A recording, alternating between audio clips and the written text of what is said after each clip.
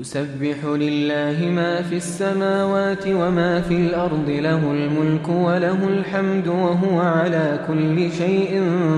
قدير هو الذي خلقكم فمنكم كافر ومنكم مؤمن والله بما تعملون بصير خلق السماوات والأرض بالحق وصوركم فأحسن صوركم وإليه المصير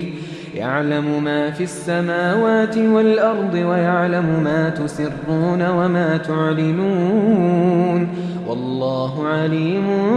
بذات الصدور ألم يأتكم نبأ الذين كفروا من قبل فذاقوا وبال أمرهم ولهم عذاب أليم ذلك بأنه كانت تأتيهم رسلهم بالبينات فقالوا أبشر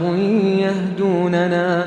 فكفروا وتولوا واستغنى الله والله غني حميد زعم الذين كفروا أن لن يبعثوا قل بلى وربي لتبعثن ثم لتنبؤن بما عملتم وذلك على الله يسير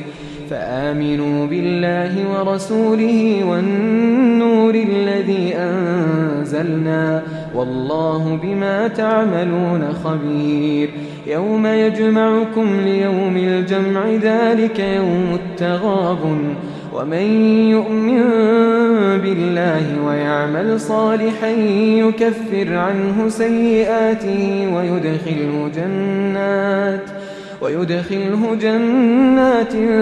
تجري من تحتها الأنهار خالدين فيها أبدا ذلك الفوز العظيم والذين كفروا وكذبوا بآياتنا أولئك أصحاب النار خالدين فيها وبئس المصير ما أصاب من مصيبة إلا بإذن الله ومن يؤمن بالله يهد قلبه والله بكل شيء عليم وأطيعوا الله وأطيعوا الرسول فإن توليتم فإنما على رسولنا البلاغ المبين الله لا إله إلا هو وعلى الله فليتوكل المؤمنون يا أيها الذين آمنوا إن من أزواجكم وأولادكم عدوا لكم فاحذروهم وإن تعفوا وتصفحوا وتغفروا فإن الله غفور رحيم